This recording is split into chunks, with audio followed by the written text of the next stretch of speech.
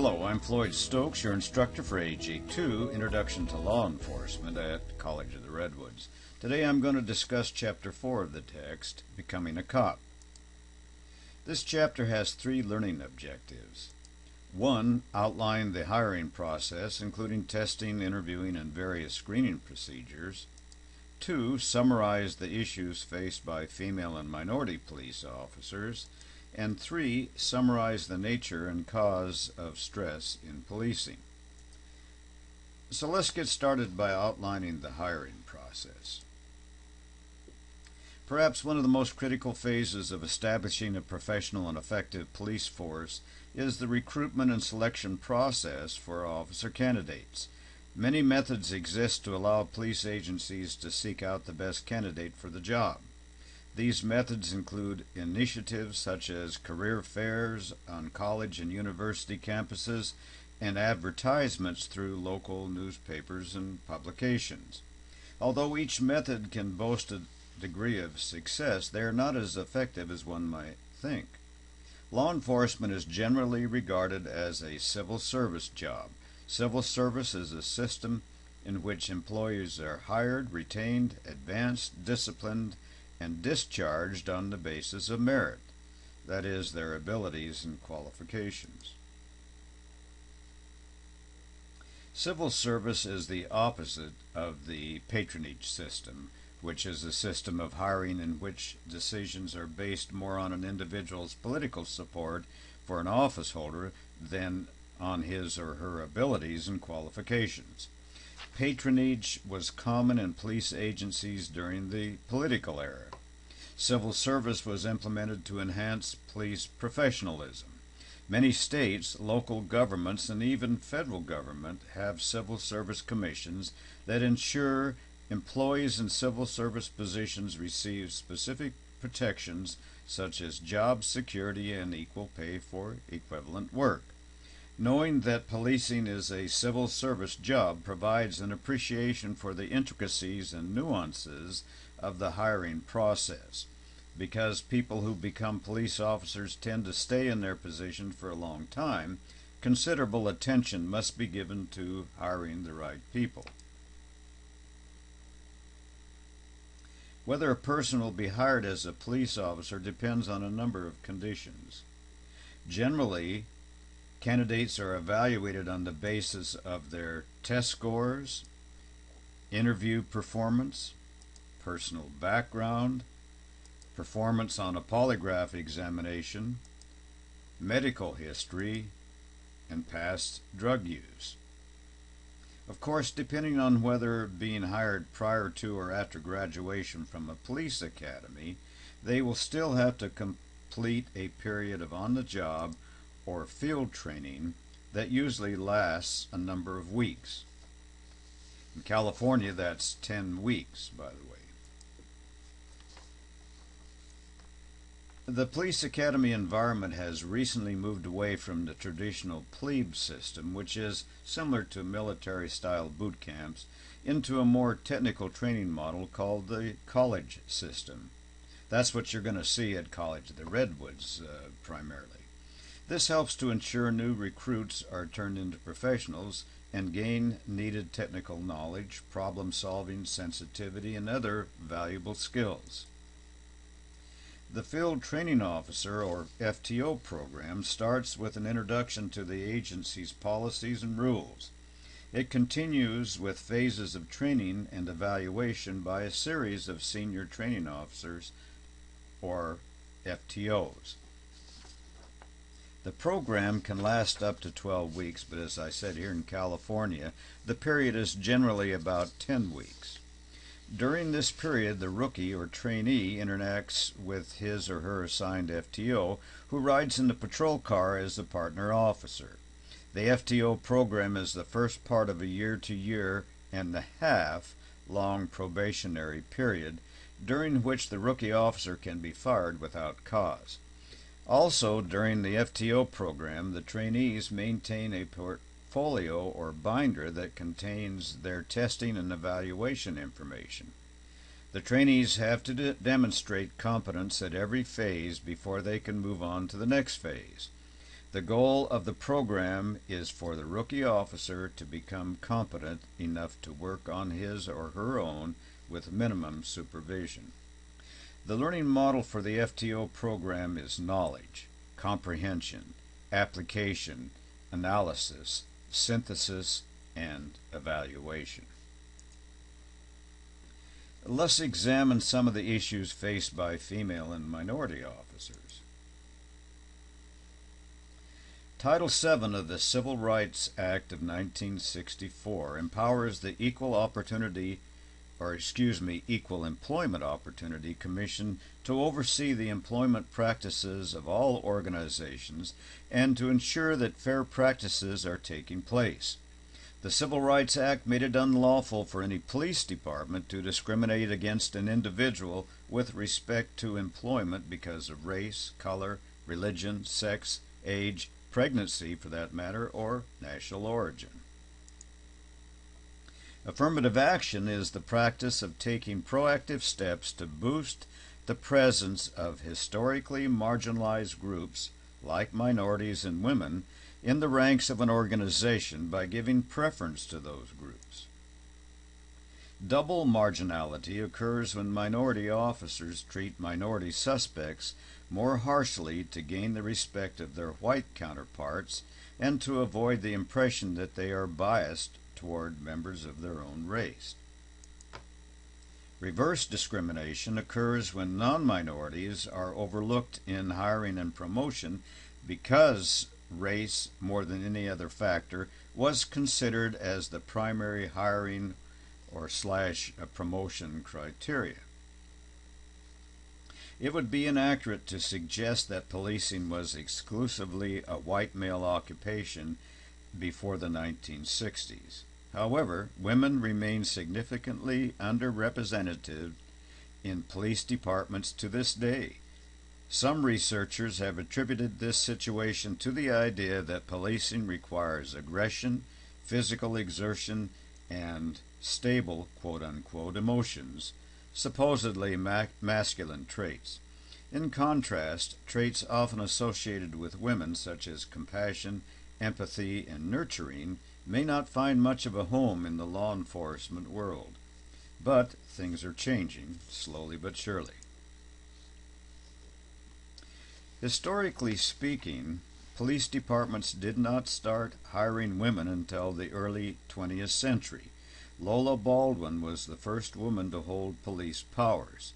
Hired in 1905 by the Portland Police Department, she was mostly engaged in social work-like functions, as was her contemporary in LAPD in 1910. By 1925, there were female officers in more than 200 cities across the U.S. However, it wasn't until 1968 that women began to work as patrol officers.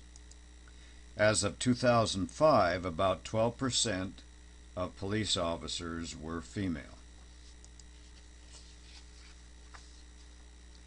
There were black police officers in Washington, D.C. as early as 1861, but by 1940, black officers represented less than 1% of the nation's police forces.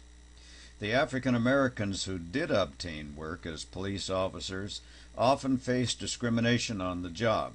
For example, a study from 1959, right before the dawn of the Civil Rights era, revealed that several southern cities required black officers to call on white officers when they needed to arrest a white suspect.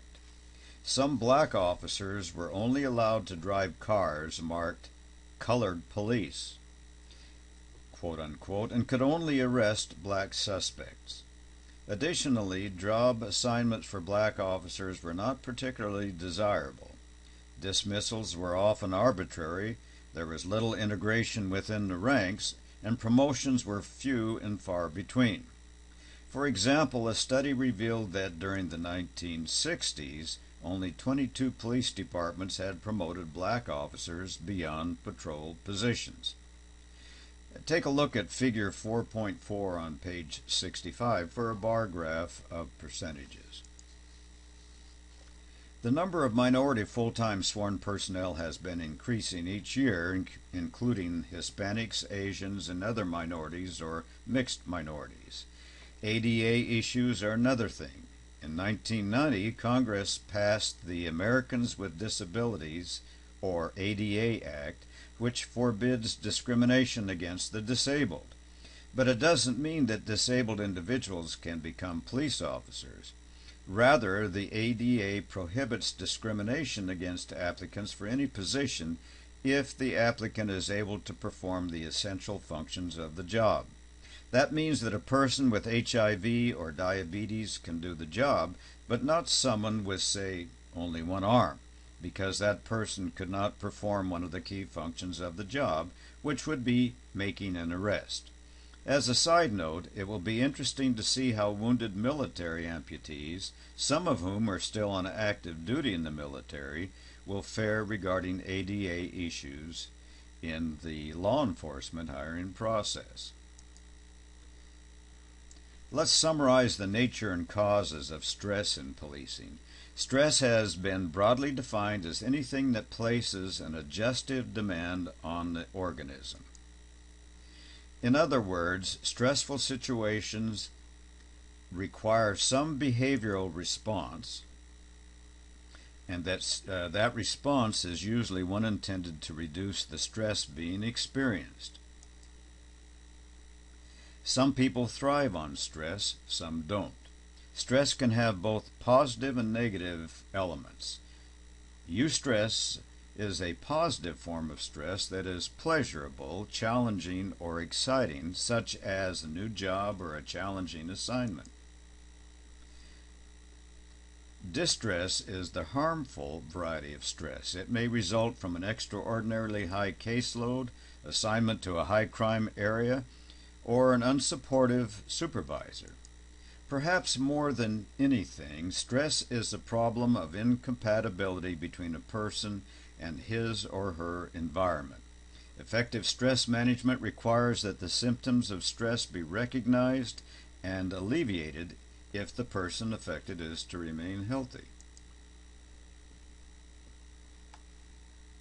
Burnout is the progressive loss of idealism, of energy, of purpose, and concern that results from the conditions of work.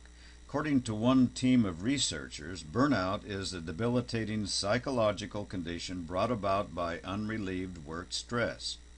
Burnout can also be understood as the final stage of mental or physical exhaustion in which the individual is no longer able to cope with his or her job. Researchers have also identified 5 stages of burnout: the honeymoon or enthusiasm stage, the fuel shortage or stagnation stage, the chronic symptoms or frustration stage, the crisis or apathy stage, and then finally the hitting the wall or intervention stage. The explanation of these stages is shown at the top right of page 67. Another major source of stress in police work concerns the possibility of becoming involved in critical or traumatic incidents. A critical incident is an emergency situation, such as a crime in progress, a traffic accident with critical injuries, a national disaster, a terrorist attack, an officer's request for assistance, and other situations in which human life may be in jeopardy. Examples of critical incident stressors may include apprehending a disturbed person, serving a warrant against a dangerous person, providing riot control, or dealing with a hostage taker or a barricaded suspect. One of the most stressful events that a police officer can experience is a shooting in which the officer critically wounds or kills another person, or where a fellow officer is killed or critically wounded. Such trauma can have a lasting effect and mild, moderate, or severe reactions. 5 phases have been identified for coping with critical incidents: denial, anger and resentment, bargaining, depression, and acceptance. These phases are described in detail on pages 67 and 68. Occasionally, stress rising from critical incidents can lead to a condition known as post-traumatic stress disorder, or PTSD.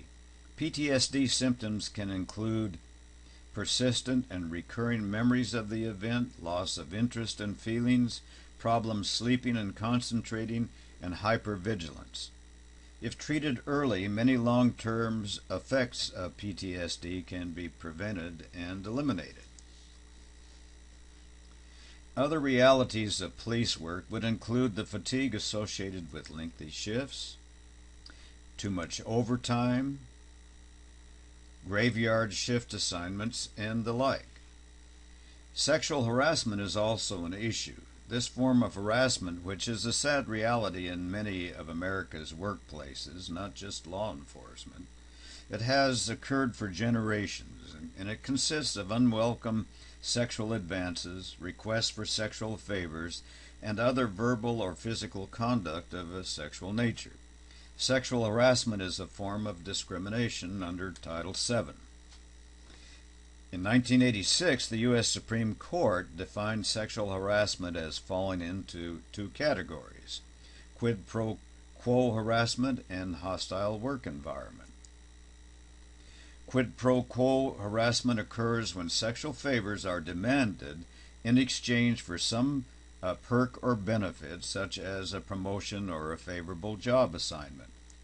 A hostile work environment is said to exist when unwelcome sexual contact and or comments have the effect of, quote, unreasonably interfering with an individual's work performance or creating an intimidating environment, unquote. Because of the prevalence of male officers, police work has seen its share of sexual harassment. In California, legislation requires all peace officers to undergo sexual harassment training. All right, to summarize this chapter, we've discussed hiring, the police academy, and field training. We've looked at diversity and minority issues, equal employment opportunity, and affirmative action. And finally, we've discussed the highlights of stress, both organizational related and critical incident related. All right, before we conclude, take a look at the case on page 70, titled Too Smart to Be a Cop. You'll find that of interest. All right, be sure again to thoroughly read this chapter in the text. That's it for now. We'll see you in class.